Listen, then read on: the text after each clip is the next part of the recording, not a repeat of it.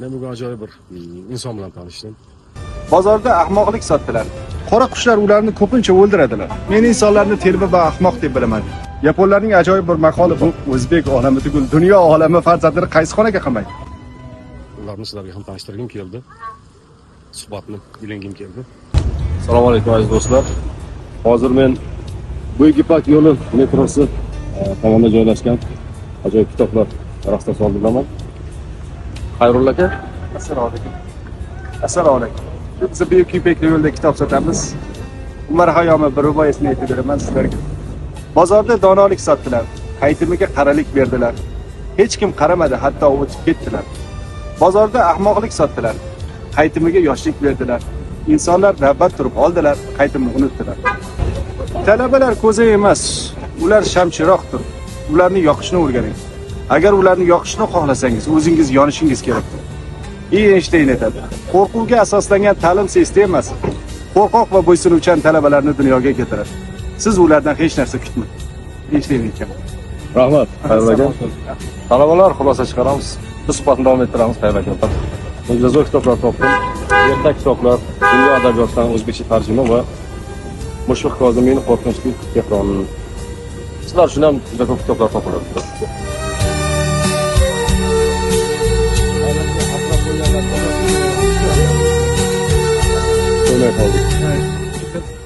Ikki narsaga shu inson to'ymaydi. Ilmga to'ymaydi, boylikka to'ymaydi. Ilmga to'ymaslik afzallik so'radi. Hisoblanadi. Juda kuchli gap, o'yinda har kim qabul qila olmaydi. Bu dunyoga ko'p insonlarga o'lgani keladilar. Ayrim insonlargina yaratgan. Yaratuvchi bo'lishimizga harakat qilishimiz kerak. Seneka aytadi. Seneka aytadiki, men insonlarni telba va ahmoq deb bilaman. Nima uchun unday deysiz? Ular 30-40 yilga plan tuzishadi. Nimasi yomon? Bu ahmoqlikdan boshqa nima gap? Ertasiga xo'jayin bo'lmagan inson qanday qilib 30 yilga plan tuzishi mumkin? Sizlarni mana bu shunimiz bor. Ehsonga har kuni bitta ovqat olib beramiz. Keladi. Bir yilda 3 marta to'g'ri. Shu ham adabiyotga qiziqar ekan, ha? Adabiyotga qiziqadi. Hozir kitob o'qiydi. Ahmad Donish aytadi: olimlar xuddi oqqushga o'xshaydilar. Ular ko'pincha qora qushlar atrofida paydo bo'ladilar. Qora qushlar ularni ko'pincha o'ldiradilar. Lekin oq qushlar yana paydo bo'laveradilar. Nima uchun deysa, ular qora qushlarning qanchalar qoraliklarini anglantirish uchun. Ilmni tarqatavering. Hatto eshitmasalar ham. Nima uchun deyilsa, qattiq yomg'ir yog'gandan keyin hatto marmarning ham usti ho'l bo'ladi. Braziliyada bir kitob o'qigan mahbusga 3 kunga qamoq muddati kamaytirilgan. Hozirda bizda ham qonunda ko'rib chiqilyapti. Agar shu amalda qo'yilsa, bu juda ajoyib natijaga beriladi. Nima uchun? Suxomlinskiy degan domla o'tgan. Men dedi jinoyat bo'lgan xonadonlarni tekshirdim. 48 ta xonadonga kirib chiqdim. Bor yo'g'i 39 dagina kitob topdim. Lekin uylarda kutubxona bo'lgan xonadonda bir dona ham jinoyat bo'lganini ko'rmadim.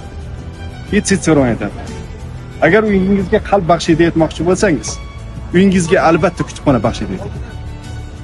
Ajoyib.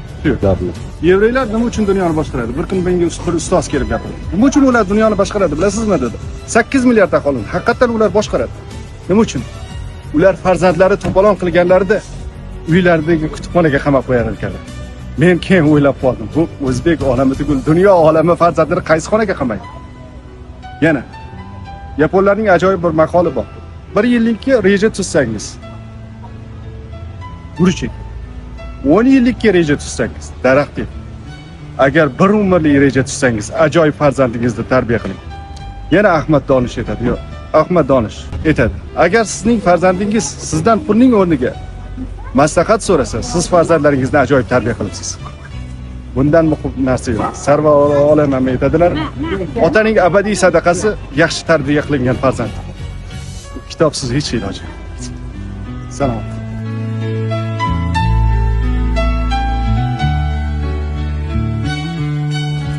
Ajoyib suhbat bo'ldi.